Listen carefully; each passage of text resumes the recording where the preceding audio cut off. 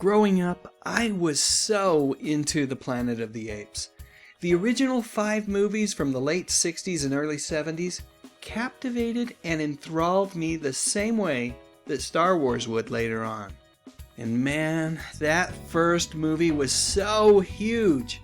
I love the tagline on this poster, an unusual and important motion picture. I'm not so sure that I would go that far, but still I've got to say that it was pretty darn awesome. I was too young to see this movie when it first came out at the theater, but once it started airing on television, CBS TV to be exact, I was there. I even risked a grounding to watch it because for some reason the old man had decided that it was too scary for me and had told me that I was not to watch it. I still remember that it aired on a Friday evening, and I remember that because the folks were going out of town and my aunt and uncle were staying that night with us, well, like I said, it was worth the risk of being grounded. Why? Well, this was just one of those movies that had everything going for it. Chuck Heston, sci-fi action, great makeup and special effects, the lovely Linda Harrison, and a screenplay written at least partially by Mr. Twilight Zone himself, Rod Serling. Fair warning, folks, the next image is a major spoiler for the first movie, but since the darn thing is over 50 years old now, I'm going to spoil like nobody's business. So let's count down 3, 2, 1, voila! Yep, the coolest thing about that first movie was the ending. Right out of the Twilight Zone, astronaut George Taylor had been on Earth all along. This Planet of the Apes, well, it hadn't always been that way. You know, on my list of things this movie had going for it, I left off probably the biggest thing. Actor Roddy McDowall. Beginning in the late 30s until his eventual passing in 1998, well, I don't know how many actors were more prolific than Roddy McDowall.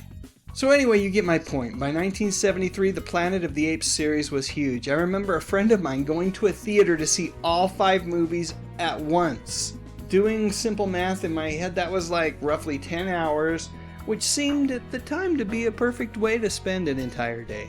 And as with any great franchise, there were the obligatory spoofs in Mad Magazine, as well as comic books and records and toys. This particular one right here was the object of affection of my little brother. He wanted it so badly. Unfortunately, both his birthday and Christmas were months away, and then, as luck would have it, the fickle finger of fate smiled upon him. My parents had taken him to get pictures done by Bell photographers, kind of like school pictures, but it was on a Saturday, and the only real purpose for these photos was for Mom and Dad to hang them from the living room wall. You know the type. Anyway, my brother would not smile for the photographer, and as an act, a final act of desperation, my parents promised him the toy rifle if he would just smile. He didn't get it. Wouldn't smile. You gotta hand it to him for sticking to his guns. No pun intended. Anyway, we're already 3 minutes plus into this video, and I haven't even talked about the TV show. I'm so sorry. So let's talk about it. I was so excited for this thing. CBS had gotten great ratings with each of the movies, and they decided that a series would deliver more of the same. The premise was similar, but not exact. The astronauts who pass through the time warp and are propelled into the future this time are different characters, and Roddy McDowall, instead of playing Cornelius or Caesar as he had done in the past in the movies, well, he played a character named Galen. And like I said, there were other things that were different this time around. The humans, for example, weren't all mute. And as you might expect, other small changes were made because of the TV show's budget, which wasn't small. I remember reading that it was something like $250K an episode, but still after you pay all of the talent in front of and behind the camera, well, the TV show was just a little bit less epic. But it had a lot of cool things going for it, one of which was Star Trek's very own Sarek. Yep, Spock's father. Actor Mark Lenard played Security Chief Urko. No, not Urkel. Urko, who was constantly after astronauts Verdon and Burke, played respectively by Ron Harper and James Naughton. And good old open-minded Galen was there to aid them every step of the way. If there was one reason alone to watch this TV series, it's Roddy McDowall. He's just so good. Sure, everyone else is fine, but McDowall is superb, which should come as no surprise at all to anyone, especially me.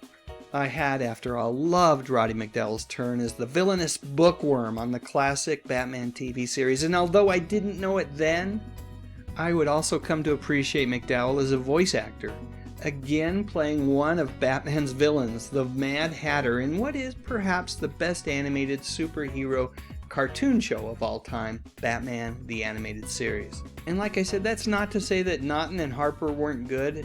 They did the very best that they could with the material given. After Apes, Naughton would later on show up as Angela's ex-husband in a recurring role on the classic 80s TV sitcom Who's the Boss. And Harper would take over paternal responsibilities as Uncle Jack during the third and final season of the Saturday morning Croft classic, Land of the Lost.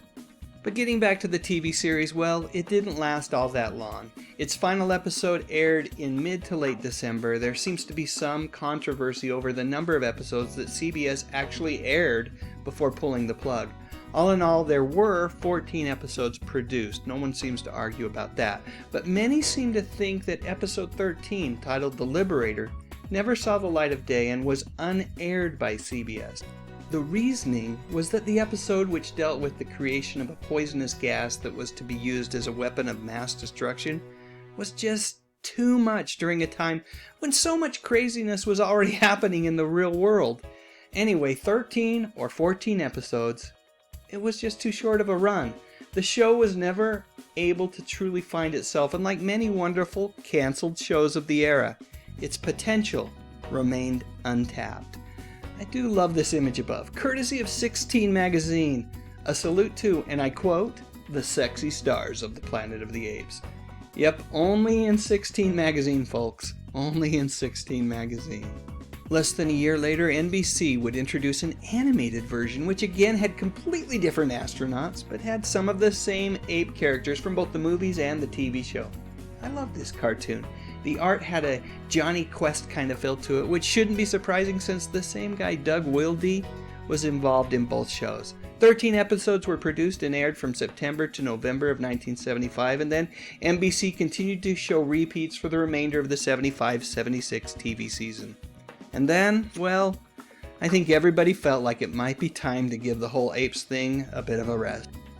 Sure, Tim Burton and Matt Reeves have given us more recent interpretations of the story, but there was a gap of 25 years between this cartoon and Tim's movie. These days, you can catch Planet of the Apes on MeTV. Yep, good old MeTV, always there for you, free of charge. You just gotta get an over-the-air antenna. You can also pick up the DVDs and the soundtrack at Amazon.com. I'll post links in the description field of this video. Alright, let's wrap things up with one last picture. It really was a great show. James Naughton sure looks a lot like his younger brother David, who would show up later on in a favorite movie of mine, An American Werewolf in London. Maybe we'll talk about that one when we get a little closer to Halloween. Anyway, great memories, at least for me. Alright, now it's your turn. Please share your memories in the comments section, and while you're at it, I would appreciate a thumbs up. Maybe even share this video on Facebook or Twitter, and what the heck, why not subscribe to the channel? I talk about music, movies, and television, mostly from the 50s, 60s, 70s, and 80s. You know, the good stuff. But most importantly, and as always, thank you so much for watching.